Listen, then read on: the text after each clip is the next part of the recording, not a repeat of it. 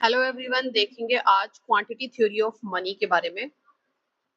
देखिए, quantity theory of money हमेशा PGT हो या टीजीटी एग्जाम हो आपका कॉमर्स का, उसमें ये पूछा ही जाता है कि क्वांटिटी थ्योरी ऑफ मनी किसने दी है, क्या कहता है, एवरीथिंग। तो ये एक पीडीएफ है जिसमें आपको कंप्लीट मिलेगा और ये पीडीएफ आपको मेरे टेलीग्राम चैनल पे मिलेगी, जो कि मेरे चैनल के नाम से ही है, कॉमर्स स्ट्रीम एक्स। ठीक है, वहां पर आपको मिल सकती है। अदरवाइज आप टेलीग्राम पर इस तरीके से सर्च कर सकते हैं, JRF हिना शर्मा। तो आपको वहां भी मुझे मैसेज कर सकते हैं, अदरवाइज ग्रुप में भी ज्वाइन कर सकते हैं, तो मैं वहां आपको पीडीएफ भी प्रोवाइड करा दूंगी। ठीक है, जिसको ये कंप्लीट चाहिए। इसमें मैंने येलो से हाईलाइट कर दिया है कि जो चीजें हमें पढ़नी है, क्योंकि ये 11 पेज की पीडीएफ है क्वांटिटी थ्योरी ऑफ मनी की, तो क्या क्या हमें पढ़ना है वो मैंने हाईलाइट कर दिया है। तो देखिए, इस पीडीएफ में आपको क्या मिलेगा, फिशर की इक्वेशन ऑफ एक्सचेंज मिलेगी जो क्वांटिटी थ्योरी ऑफ मनी के बारे में, एजम्पशन मिलेंगी, कंक्लूजन, क्रिटिसिज्म, किसने क्रिटिसिज्म किया, मेरिट क्या है, इम्प्लीकेशन और एग्जाम्पल, इस तरीके की चीजें मिलेंगी। ठीक है, बाकी तो बेसिक एजम्पशन तक ही पढ़ते हैं, पर कंक्लूजन, क्रिटिसिज्म, मेरिट, आजकल कंपटीशन इतना बढ़ गया है ना, तो थोड़ा सा स्कोप हमें भी बढ़ाना होगा, तो इसलिए ये वाली पीडीएफ हमारे लिए अच्छी रहेगी। ठीक है, देखते हैं, आगे चलते हैं थोड़ा सा। देखिए, सबसे पहले आपको पता होना चाहिए क्वांटिटी थ्योरी ऑफ मनी आपको किसने दिया है, फिशर ने दिया है, जो कि एक अमेरिकन थे। इनका पूरा नाम है इरविंग फिशर। इनकी एक बुक थी परचेजिंग पावर ऑफ मनी, 1911 में ये आई थी। ठीक है, उसमें फिशर ने क्या कहा था, अदर थिंग रिमेन अनचेंज। तो क्या होता है कि क्वांटिटी ऑफ मनी जो है सर्कुलेशन में इंक्रीज होगी अगर प्राइस लेवल इंक्रीज होती है। क्वांटिटी ऑफ मनी अगर इंक्रीज होगी तो प्राइस लेवल पर क्या इफेक्ट होगा, वो भी इंक्रीज हो जाएगा। दोनों में डायरेक्ट रिलेशन है, आपको ये पता होना चाहिए, दोनों में डायरेक्ट रिलेशन है, इनडायरेक्ट प्रोपोर्शन। एंड द अगर वैल्यू ऑफ मनी डिक्रीज होती है तो प्राइस लेवल भी क्या हो जाएंगे, डिक्रीज हो जाएंगे। डायरेक्ट रिलेशन बताया था। मनी का जो सर्कुलेशन है वो इंक्रीज होगा तो प्राइस लेवल भी इंक्रीज होंगे, और डिक्रीज होगा तो प्राइस लेवल भी डिक्रीज हो जाएंगे। ठीक है, उनकी ये इक्वेशन इन्होंने दी थी। देखिए, ये इक्वेशन उन्होंने दी थी, mv इक्वल्स टू pt। इतना भी आप ध्यान रखें तो बहुत है, इसी से ही आप इसमें भी जा सकते हैं, p equals to mv upon t। ठीक है, देखिए, इसके बारे में हमें क्या पता होना चाहिए कि ये जो हमारा m है, नंबर ऑफ मनी हो गया, और वेलोसिटी ऑफ v जो हमारा डिनोट करता है, m मनी के लिए है, वेलोसिटी ऑफ मनी के लिए v है। ठीक है, इसकी और चीजें हम अभी आगे देखेंगे, आती रहेंगी। mv जो है, जो हमने देखा कि मनी और velocity of money, mv refers to the total value, total volume of money in circulation during a period of time. Total money कितना है सर्कुलेशन में, वो किससे पता चलता है, mv से पता चलता है। Money is only use for transaction purpose. ये ध्यान रखिएगा, क्वांटिटी थ्योरी ऑफ मनी जो रिवेल फिशर ने दी है, उसमें उन्होंने क्या बताया है कि जो मनी है हम सिर्फ किस लिए यूज करते हैं, ट्रांजेक्शन पर्पस के लिए। अगर आप और कोई मनी की थ्योरी देखेंगे ना, तो उसमें स्पेकुलेटिव के लिए और प्रिकॉशनरी के लिए मनी का यूज होता है। तीन पर्पस होते हैं, लेकिन यहाँ पर इन्होंने क्या बोला है कि सिर्फ ट्रांजेक्शन पर्पस के लिए। ठीक है, total supply of money also form the total value of money expenditure in all transaction in the economy. ठीक है, आपको यहाँ से यही ध्यान रखना है। आगे चलते हैं, जहाँ डिमांड की बात होती है, money is demanded not for its own sec, for holding it. Holding माने सेविंग से आ जाता है यहाँ पे ना, हाँ, saving, but for transaction purpose. मतलब कोई उसे रखना नहीं चाहता, ट्रांजेक्शन के लिए मनी चाहिए, ऐसा इरविन फिशर कहते हैं। द डिमांड ऑफ मनी, यहाँ पर टी और पी फॉर प्राइस लेवल से पता चल रहा है, और टोटल अमाउंट ऑफ थिंग्स। ठीक है, ये इनकी जो इक्वेशन की टर्म्स थी, अभी और आगे भी आएगा, डोंट वरी।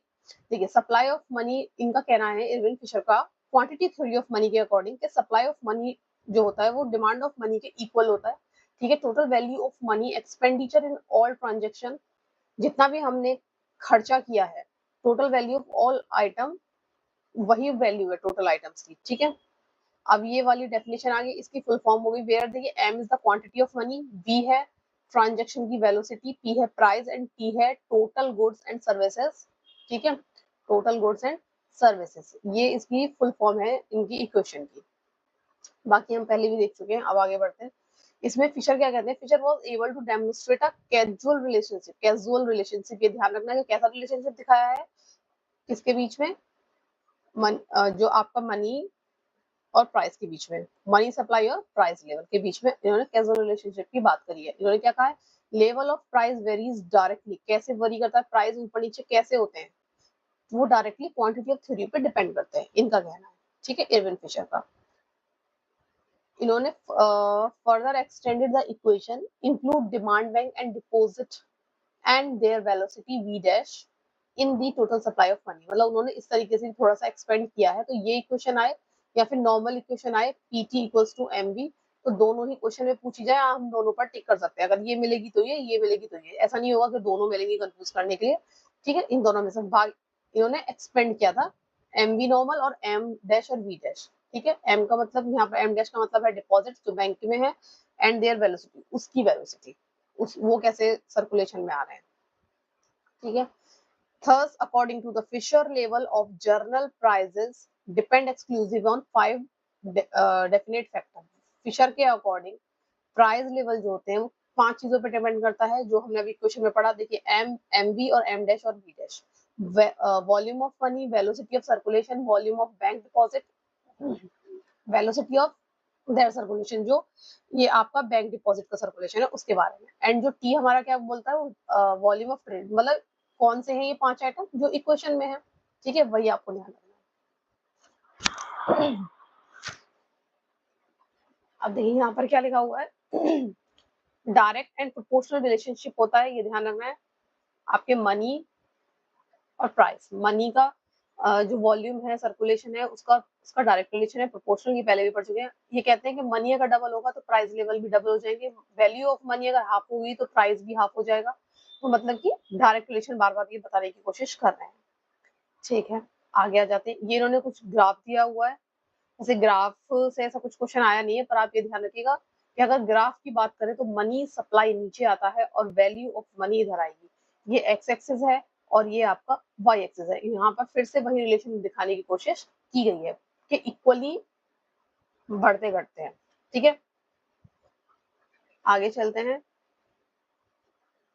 फिर से इक्वेशन है और कुछ वैल्यू पुट करके उसे प्रूफ करने की कोशिश इन्होंने करी है मैथमेटिकली। आगे बढ़ते हैं। अब देखिए एजम्पशंस, फिशर ने क्या एजम्पशंस ली थी क्वांटिटी ऑफ थ्योरी को बनाते समय। ठीक है, कांस्टेंट वेलोसिटी होती है मनी की। इन्होंने कहा है कि वेलोसिटी की जो मनी की जो वेलोसिटी है वो कांस्टेंट है। वॉल्यूम ऑफ ट्रेड और ट्रांजैक्शन, मतलब जितनी भी ट्रांजैक्शंस होती हैं वो भी कांस्टेंट है। ठीक है, इनका मानना है ये।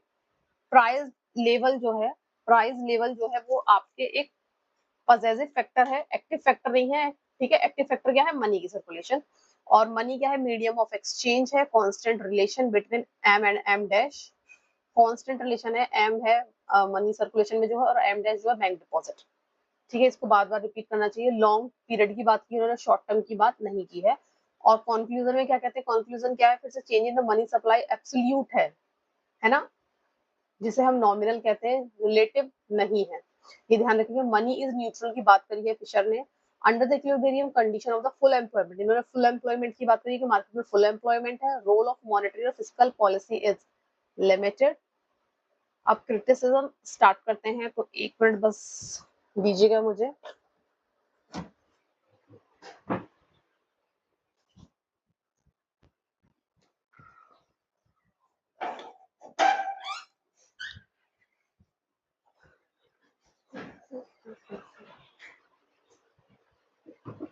चलिए, क्रिटिसिज्म में क्या बोला है,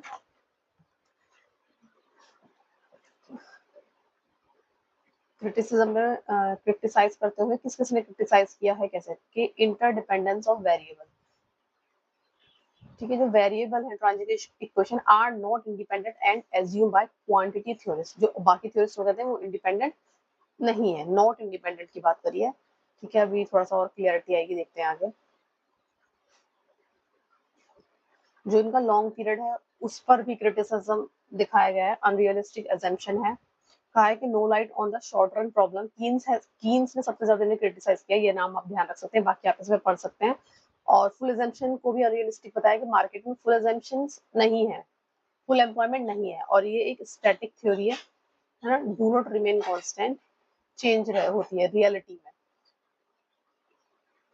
सिंपल ट्यूरिज्म प्रूव्स नथिंग, मतलब कुछ नथिंग, ये कुछ भी प्रूव नहीं करती ये क्वेश्चन। इनका मानना है कि और भी बहुत सारे फैक्टर्स होते हैं जो प्राइस को अप डाउन करते हैं, सिर्फ मनी ही फैक्टर नहीं है, ऐसा मतलब क्रिटिसिज्म करने वालों का मानना है। टेक्निकली इनकंसिस्टेंट है, fail to explain trade cycle, मतलब ट्रेड साइकिल पर ये एप्लीकेबल नहीं है। इग्नोर अदर डिटरमिनेंट्स, वही वाली बात आ गई कि सिर्फ प्राइस लेवल ही नहीं और भी डिटरमिनेंट्स होते हैं ठीक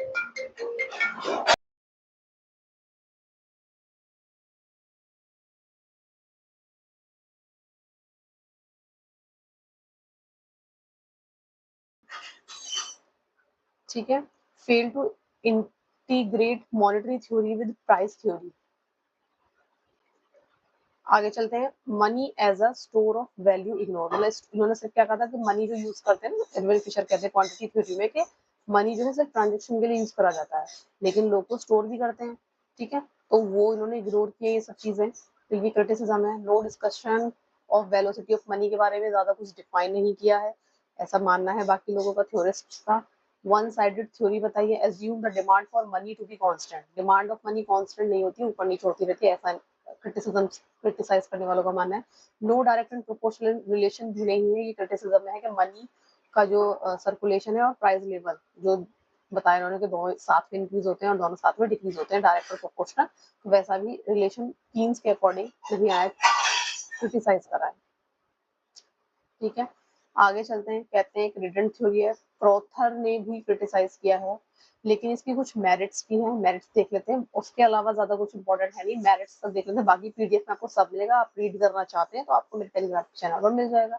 डेस्पाइट मैनी ड्रॉबैक्स, कुछ मेरिट्स भी हैं, जैसे कि करेक्ट इन ब्रॉडर सेंस, अगर आप मैथमेटिकल सेंस में देखें तो वो प्रूफ करता है। ठीक है, मैथमेटिकल सेंस में अगर उसको प्रूफ करेंगे ना, जो इन्होंने इक्वेशन दी है, तो उसमें वो प्रूफ करके दिखा देता है। ठीक है, वैलिडिटी ऑफ थ्योरी क्या है, मतलब जब किसी भी टाइम पर अप्लाई की गई तो उसने प्रूफ किया, मतलब जर्मनी में 90, 23, 24 में, चाइना में 47, 48 में, तो उसने प्रूफ किया वैलिडिटी मैथमेटिकल सेंस में। और बेसिस ऑफ मॉनेटरी पॉलिसी भी है, अगर हम ये क्वांटिटी थ्योरी और देखेंगे ना, मनी सप्लाई देखा है ना आपने, मनी सप्लाई ज्यादा होता है उसमें मार्केट में, तो गवर्नमेंट आरबीआई क्या करती है, मॉनेटरी पॉलिसी अकॉर्डिंग बनाती है, कम होता है तो रेट्स को कम कर देती है, और ज्यादा है मनी सप्लाई तो रेट्स को हाई कर देती है, जिससे कि लोन ना दे बैंक, ज्यादा पब्लिक बैंक लोन ना ले। ठीक है, तो मॉनेटरी पॉलिसी के लिए बेसिस होता है, और मॉनेटरी पॉलिसी जो हमारी कौन बनाता है, आरबीआई बनाती है। और गवर्नमेंट क्या बनाती है, हमारी इंडियन गवर्नमेंट बनाती है फिस्कल पॉलिसी, ये ध्यान रखिएगा, कुछ लोगों को ये थोड़ी बेसिक चीजें भी नहीं पता होती है, तो रिविजन करने की जरूरत रहती है। रिवाइवल ऑफ क्वांटिटी थ्योरी, मतलब अब बहुत सारे जो थ्योरिस्ट हैं इसको रिवाइव कर रहे हैं, कि जहाँ इसने काम नहीं किया, वो मानते हैं कि कुछ तो है इसमें जो प्रूफ होता है, लेकिन एक्स्ट्रा कुछ ऐड कर रहे हैं, एक्सपेंड कर रहे हैं। ठीक है, रिवाइवल कर रहे हैं इसका, यही तक हमें पढ़ना है अभी। बाकी आप इसमें implication of quantity theory of money देख सकते हैं, वैसा भी किसी एग्जाम में नहीं पूछा है, लेकिन आप चाहें तो एक नजर देख सकते हैं। ओके, इस वीडियो के लिए आज इतना ही, थैंक यू एवरीवन।